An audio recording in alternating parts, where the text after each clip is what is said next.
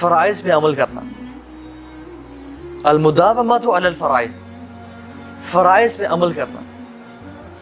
آپ اگر صحابہ کی زندگی کا انالیسس کریں نا تو آپ کو ڈیٹیل میں نظر آتا ہے کہ انہوں نے اپنی زندگی میں فرائض کو ٹاپ پرائورٹی پہ رکھا ہوا تھا, وہ اس کو کبھی نہیں چھوڑتے تھے.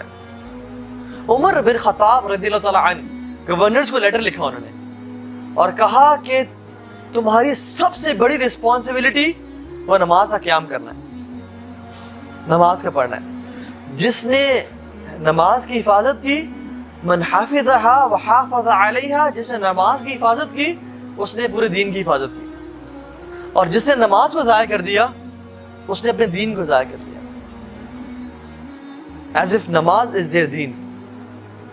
اللہ کے نبی صلی اللہ علیہ وسلم بھی یہ کہا کرتے تھے کہ جس شخص کے دل میں آخرت کا غم ہے اور آخرت کی فکر ہے, اللہ تعالیٰ اس کی زندگی کی تمام پریشانیوں کو نپٹا لیں گے. اللہ سبحانہ وتعالیٰ will take care of all of his needs. لیکن جس شخص کے دل میں اس دنیا کا غم ہے, صرف اس دنیا کا, آخرت کا غم ہی کوئی نہیں ہے, all what he worries is the life of this world, تو اللہ سبحانہ وتعالیٰ کو اس بندے کی کوئی پرواہ نہیں کہ وہ جہاں چاہے جا کے مر جائے. یہ اللہ کے نبی کا وعدہ ہے. اگر ہماری جو وریز ہیں, انزائٹیز ہیں, وہ آخرت کے بارے میں ہیں, اس کا مطلب ہرگز یہ نہیں ہے کہ لیو دس دنیا اینڈ گو ٹو جنگلز. نہیں, اس کا مطلب ہے کہ آپ کی پرائورٹی لسٹ سیٹ ہو. بس بزنس میں آپ لگے ہوئے ہیں, پروجیکٹ پہ کام کر رہے ہیں, اذان ہوئی تو پرائورٹی کیا ہے؟ اذان, and then come back to work. Simple as that. آپ دوست سے بات کر رہے ہیں, مانجی نے بلایا تو کون پرائورٹی ہے؟ مانجی. سمپل, پرائورٹی سیٹ ہو. کیوں؟ کیونکہ میرا رب مجھ سے راضی ہو جائے, آخرت میں پالوں. تو جس شخص کے دل میں آخرت کا غم ہوگا نا, یاد رکھیں اللہ تعالیٰ اس کے دنیا کے تمام انزائٹیز, سوروز, ٹاسک کو نپٹا لیں گے. اللہ کے نبی نے فرمایا. اور جس شخص کے دل میں دنیا کا غم ہوگا تو اللہ تعالیٰ کو اس بندے کی کوئی پرواہ نہیں کہ وہ جہاں چاہے جا کے مر جائے. اور ایک اور حدیث سناؤں, کمال کی حدیث ہے. مجھے جب بھی دنیا کی فکر پریشان کرتی ہے نا, صحت کی فکر ہو, مال کی ہو, اولاد کی ہو, جب بھی کسی چیز کی فکر ہو, میں اس حدیث کو یاد کر لیتا ہوں. اور وہ حدیث ہے, من کانت الدنیا ہمہ, جس کا ہم اور غم یہ دنیا کی زندگی ہوئی, فرق اللہ علیہ امرہ, اللہ اس کے تمام کام بکھیر دیتے ہیں. وجعل فقر بین عینیہ, اور فقیری کو, پاورٹی کو اس کی آنکھوں کے سامنے رکھ دیتے ہیں.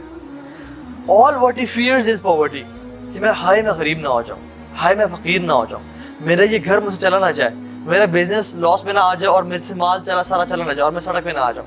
ساری زندگی وہ غربت سے ڈرتا رہتا ہے اور اس پہ ہی گزار دیتا ہے.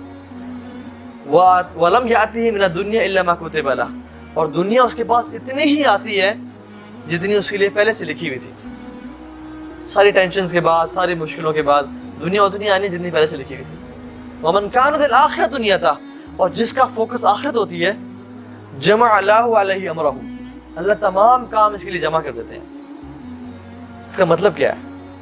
بندہ گاڑی میں نکلا, اس کے 5 کام تھے, گھنٹے 2 گھنٹے میں سارے کام ہو گئے. کوئی شخص ملا, کوئی جاننے والا مل گیا, کسی بندے نے کال کیا, یار آپ پریشان نہ ہو, میں اپنا کام ہی کر دوں گا, اور وہ انسان کام کر کے 2-3 گھنٹے میں فارغ ہو گیا. He has time for عبادات, he has time for his family, he has time for his physical جو ایکٹیویٹیز کے لیے. اللہ تعالیٰ اس کے کام سنبھال لیتے ہیں.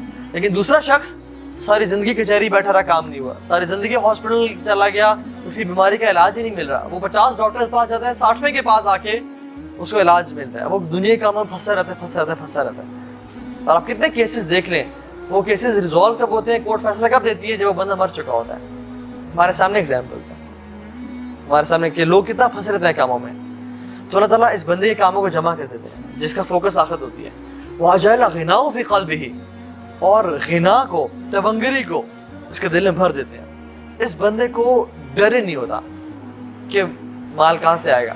اس کے پاس مال آتا ہے, یہ خرچ کرتا ہے, مال آتا ہے, یہ خرچ کرتا ہے, اور یہ محنت کرتا ہے دنیا کے لیے, لیکن اس کو فکر کے ساتھ نہیں رہ رہا ہوتا. اللہ کے نبی کو دیکھیں آپ, سبحان اللہ. ایک شخص آیا, اس کے رسول اللہ مجھے کچھ دیں, میں بہت غریب ہوں, میں اسلام قبول کرنا چاہتا ہوں. تو اللہ کے نبی نے ایک پہاڑی پہ کھڑے ہوئے تھے اور کہا کہ یہ 2 پہاڑوں کے بیچ میں جو یہ ویلی ہے نا, اور اس میں جتنی بکریاں وہ سب تمہاری ہیں. اب وہ ویلی بھری تھی بکریوں کے ساتھ. وہ کہتا اللہ اکبر, اسلام قبول کیا اور اپنے بندوں کے پاس گیا,